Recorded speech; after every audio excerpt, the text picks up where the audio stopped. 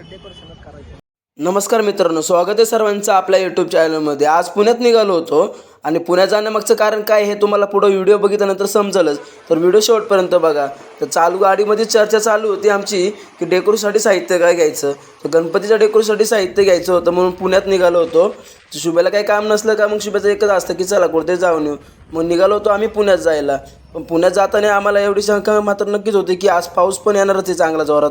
आणि संचिती चौकामध्ये पोहोचल्यानंतर पावसाचं जोरात असं आगमन झालंच होतं. तर नशीब आमच्यासोबत रेनकोट होता त्यामुळे काही विषयच नाही.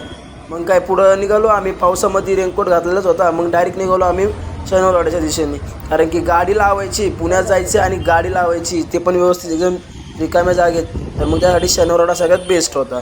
तर मग पुढं निघालो, मनपाच्या पुलावरती पोहोचलो. तर समोर बघितलं तर आपला झेंडा मस्त फडकत होता. नंतर मग पार्किंगसाठी जागा शोधत शनिवारवाड्याच्या समोर गाडी पार्क केली. गाडी लावायला व्यवस्थित जागा भेटली होती. मग गाडी पार्क केली आणि पुढं जाऊन पोहोचलो आम्ही डायरेक्ट दगडूशेठ हलवाई गणपती महाराजांचं दर्शन घ्यायला. तर दर्शन घ्यायसाठी गेलो तो होतो, पण गर्दी एवढी होती की बाहेरून दर्शन घ्यावं लागलं.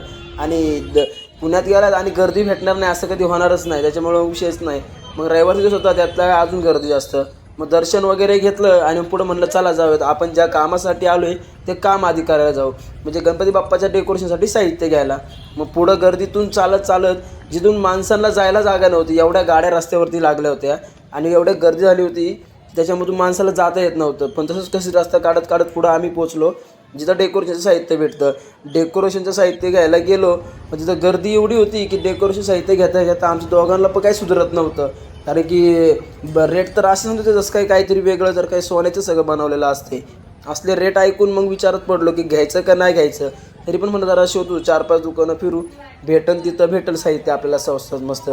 मग जरा फिरलो, 4-5 दुकानं हिंडलो, पण काही रेट काही खाली उतरायला मागतच नव्हता. शेवटी वैतागल्यानंतर ना इकडं तिकडं हिंडत जसं जसं गर्दीतून बाहेर पडत पुढं आलो आणि एका दुकानात गेलो. तिथं जापत म्हणलं तर रेट विचारू. तर रेट विचारल्यानंतर ना फुलांचे तर अशी काही रिॲक्शन आमच्या शुभ्याच्या तोंडातून निघाली बाहेर. काय झालं तुला, काय वाटलं तिथं बघून? मला परत डेकोरेशनच करायचं नाही. अजून काही इच्छा परत डेकोरेशन करायची होईल का? हां,